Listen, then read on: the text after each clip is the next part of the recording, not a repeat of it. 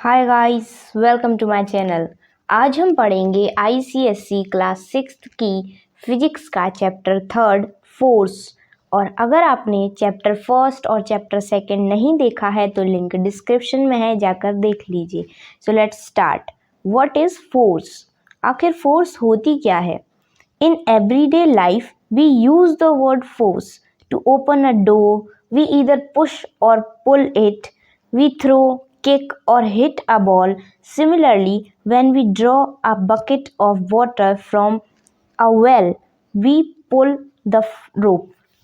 बच्चों, आपको पता है कि फोर्स हम अभी हमेशा ही अपनी डेली लाइफ में यूज़ करते हैं, जैसे कि डोर को ओपन करने के लिए, किसी भी चीज़ को, किसी भी ऑब्जेक्ट को पुश या पुल करने के लिए, और किक करने के लिए, थ्रो करने के लिए, और हिट करने के लिए बॉल को।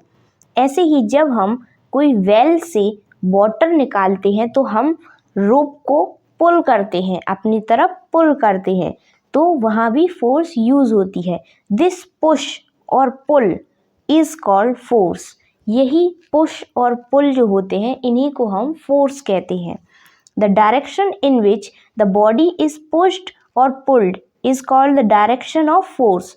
जिस भी डायरेक्शन में हम ऑब्जेक्ट को या बॉडी को पुश या पुल करते हैं, उस डायरेक्शन को हम डायरेक्शन कहते हैं फोर्स की, कि फोर्स किस तरफ जा रही है। It may happens that a small force applied to a heavy body may not produce motion, but it is definitely tries to cause motion. For example, a car pushed by a person may not move. जैसे कि बच्चों, कोई heavy object होगा, कोई heavy body होगी, उसको motion में लाने के लिए हमें ज़्यादा फोर्स अप्लाई करनी पड़ेगी, हमें ज़्यादा फोर्स की ज़रूरत होगी। जैसे कि अगर आपका पेंसिल बॉक्स है, अगर आपको उसको मोशन में लाना है तो उसमें आपको कम फोर्स की ज़रूरत है। बट अगर कोई बहुत बड़ा टैंक है पानी का, तो उसको मोशन में लाने के लिए, या कार है तो उसको मोशन में लाने के लिए हमें ज़्यादा फोर्स अप्लाई करनी होगी उस पर। जैसे कि इसमें दिया है कि जो कार है, अगर हम उसे पुश करेंगे तो शायद वो मूव ना करे, वो मोशन में ना आए, इसलिए ज़्यादा फोर्स की ज़रूरत है कार को मोशन में लाने के लिए। A force is a physical cause that change or tends to change the state of rest or the state of motion of a body. Force बच्चों वो फिजिकल कॉज होती है जिससे कि कोई चेंज होता है। जैसे कि कोई बॉडी जो है, कोई ऑब्जेक्ट जो है, अगर वो रेस्ट में है, स्टेट ऑफ रेस्ट में है, और अगर वो मोशन में आ जाता है तो भी फोर्स अप्लाई हुई है। और अगर कोई बॉडी या ऑब्जेक्ट मोशन में है और अगर वो रेस्ट में आ जाए तो उसमें भी फोर्स अप्लाई हुई है। जैसे कि कोई बॉल है, अगर वो मोशन में है, प्लेग्राउंड में वो चल रही है, हम उसे किक कर रहे हैं, और अचानक से हम उसे रोक दें बाय अप्लाइंग फोर्स, तो क्या हुआ? स्टेट ऑफ मोशन में बॉडी थी, मीन्स बॉल थी, और स्टेट ऑफ रेस्ट में हो गई। अब वो स्टेट ऑफ रेस्ट में आ गई, कोई मोशन नहीं कर रही है। और अगर एक बॉडी रखी हुई है, अगर एक बॉल प्लेग्राउंड में बिना मोशन के रखी हुई है, और अगर हम उसे किक कर दें तो वो मोशन में आ जाएगी। तो हमें पता चला कि फोर्स जो होती है वो स्टेट ऑफ मोशन और स्टेट ऑफ रेस्ट दोनों के ही लिए रिस्पॉन्सिबल होती है। Rest and motion. An object is said to be at rest if it does not change its position with respect to time and surrounding. For example, a book lying on the table is in a state of rest. Rest क्या होता है बच्चों? जैसे कि कोई भी object है, उसको हम कैसे कहें कि वो रेस्ट में है? अगर उसकी पोजीशन चेंज नहीं हो रही, उसके सराउंडिंग टाइम में और उसके सराउंडिंग में। कैसे? जैसे कि कोई बुक रखी हुई है, वो स्टेट ऑफ रेस्ट में है, एक बुक रखी हुई है, स्टेट ऑफ रेस्ट में है, तो इसको हम कहेंगे rest. An object is said to be in motion if its change its position with respect to time and surrounding. For example, a car moving on road is in motion with respect to the kids playing in the park, but is at rest with respect to people sitting in the car. बच्चों motion में कैसे कहेंगे हम, जैसे कि कोई car motion कर रही है, कहाँ पर, रोड पर चल रही है, तो वहाँ पे जो प्लेग्राउंड में बच्चे होंगे, एग्जाम्पल प्लेग्राउंड से निकल रही है एक कार, तो जहाँ जो बच्चे खेल रहे हैं प्लेग्राउंड में, उनके रिस्पेक्ट में जो कार होगी वो क्या होगी, मोशन में। बट जैसे कि आप कार में बैठे हैं तो आप क्या सोचेंगे कि कार मोशन नहीं कर रही है, बट ऐसा नहीं है, कार मोशन कर रही है किड्स के रिस्पेक्ट में। किड्स को अगर देखें, किड्स अगर वहाँ से देख रहे होंगे तो वो देख रहे होंगे कि कार जा रही है, तो इसको कहते हैं हम state of motion. Force as pull और push, a body is said to be pushed if a person applies a force on it and direction of motion is away from the person। जैसे कि बच्चों कोई body है, उसको हम push कैसे कहेंगे कि बॉडी पुश में है, ऐसे कहेंगे कि अगर कोई पर्सन फोर्स अप्लाई कर रहा है उस बॉडी पर, और अगर वो उस डायरेक्शन जो फोर्स का है वो अवे फ्रॉम द पर्सन है, हम उसको अवे अपने आप से दूर करें, तो ये क्या हुआ, पुश, ये इसको हम पुश कहेंगे, फोर्स एज पुश। जैसे कि फिगर 3.1 ए में यहाँ पर दिखा रहे हैं कि ये जो बॉय है ये अवे कर रहा है, ये दूर कर रहा है, अपने आप से दूर कर रहा है इस बॉक्स को, तो ये क्या हुआ, पुश। और इसका जस्ट ऑपोजिट ये देखिए, ये जो बॉय है ये अपनी तरफ खींच रहा है इस बॉक्स को, तो ये क्या हुआ, pull. A body is said to be pulled if person applies a force on it and its direction of motion is towards the person pulling it, the boy is pulling the box. तो 3.1 में ए में जो boy है वो push कर रहा है और बी में पुल कर रहा है, अपनी तरफ खींच रहा है, तो उसको हम क्या कहेंगे, pull, force as pull. The changes that take place as a result of push or pull may be in it state of rest, state of motion, shape, size or combination of all these. The word push, pull, stretch, swing denotes a force. Force पता चलती है किन word से, push, pull, stretch, swing, इनसे पता चलती है कि कोई भी फोर्स अप्लाई हो रही है। Effects of force. Force can make an object move or stop. When a force is applied to an object at rest, it begins to move. जैसे कि बच्चों हम किसी भी ऑब्जेक्ट पर अगर फोर्स अप्लाई करें और वो ऑब्जेक्ट जो है वो रेस्ट में है, तो वो मूव करना स्टार्ट कर देगा। For example, by pushing a car और पुशिंग और पुलिंग ट्रॉली, द कार और the trolley begins to move. जैसे कि हम पुश करें कार को या कि पुल करें ट्रॉली को। पुल मीन्स अपनी तरफ खींचना और push means away from us. जैसे कि ये जो फिगर 3.3 में जो आपको डायग्राम दिख रहा है, इसमें जो ये 2 मेंस हैं, ये क्या कर रहे हैं, ये गाड़ी को क्या कर रहे हैं, ये कार को क्या कर रहे हैं, ये पुश कर रहे हैं, अपने आप से दूर कर रहे हैं। तो जब हम किसी कार को पुश करते हैं और किसी ट्रॉली को पुल करते हैं तो वो मूव करना स्टार्ट हो जाती है, वो बिगिन करती है मूव करना। Similarly, when a force is applied on a moving object, it tend to stop और स्लो डाउन इट्स मोशन। जैसे कि हमने किसी बॉडी पर फोर्स अप्लाई किया और अगर वो बॉडी मूविंग ऑब्जेक्ट है, मीन्स मोशन में है, तो वो क्या करेगी, या तो वो रुक जाएगी, लेकिन अगर हमने कम फोर्स अप्लाई की है in comparison to that body moving, अगर हमने उस बॉडी के कंपैरिजन कम फोर्स अप्लाई की है, तो वो स्लो डाउन, उसकी स्पीड जो है वो स्लो डाउन हो जाएगी, उसका मोशन जो है वो स्लो हो जाएगा। For example, a moving cycle can be stopped by applying brakes. जैसे कि जो मूविंग साइकिल होती है उसको हम कैसे रोकते हैं, ब्रेक्स को अप्लाई करके। Force can change the speed of a moving object.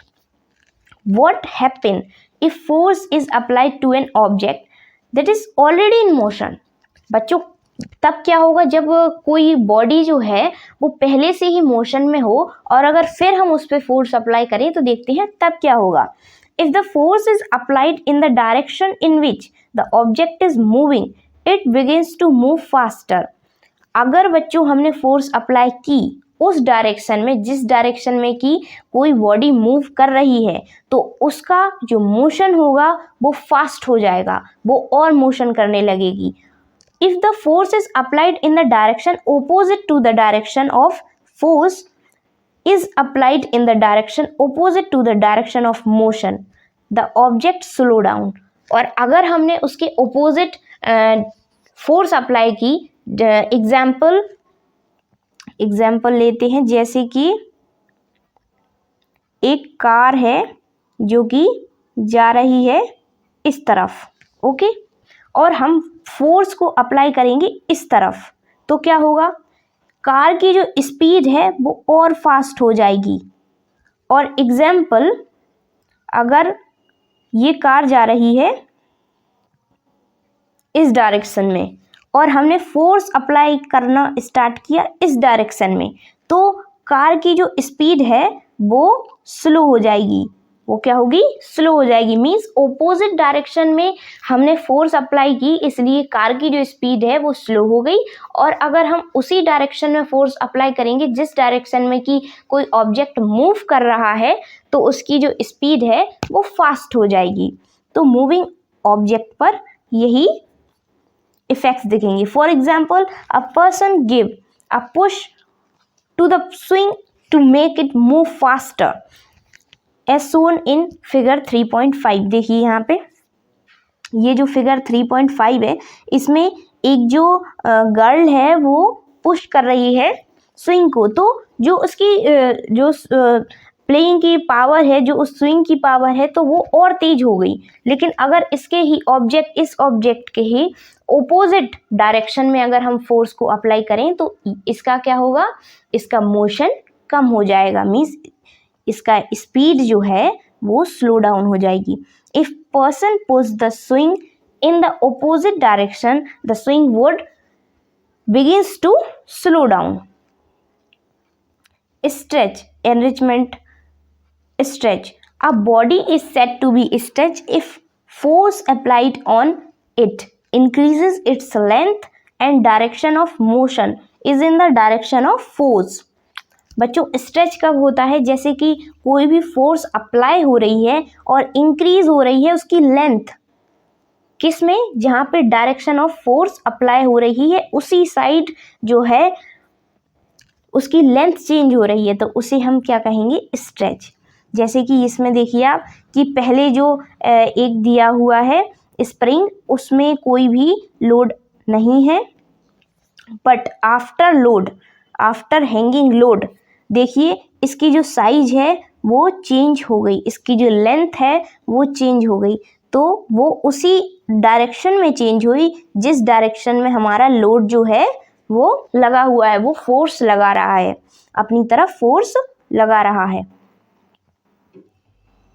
For example, when a load is suspended from a spring, the spring stretches in the direction of load. Load के direction में ही stretch की spring. Squeezing. A body is said to be squeezed if force applied on it change its shape or dimension. For example, when we take out the paste for brushing the teeth by squeezing the toothpaste tube. स्वीजिंग किसे कहते हैं, स्वीजिंग भी force, हमें स्वीजिंग word से भी पता चलता है कि यहाँ पर फोर्स अप्लाई हो रही है. जब हम फोर्स अप्लाई करते हैं और किसी भी बॉडी का शेप और डायमेंशन चेंज हो जाए, तो वो कौन सी फोर्स होती है, वो होती है स्विच्ड फोर्स. जैसे कि जब हम मॉर्निंग में क्या पेस्ट करने जाते हैं, तो हम अपने टूथपेस्ट ट्यूब से को स्वीज करते हैं और ब्रश में पेस्ट लगा लेते हैं, तो जो पेस्ट होता है वो आउट हो जाता है टूथपेस्ट ट्यूब से. तो इससे हमें क्या पता चला, और जो टूथपेस्ट ट्यूब होगा उसका जो डायमेंशन होगा और जो शेप होगा वो चेंज भी हो जाएगा. तो ये हुई squeezing force. Force can change the direction of moving object. Force can change the direction of moving object. For example, a player by kicking a moving football can change its direction. Similarly, a batsman change the direction of moving ball by hitting it with the bat.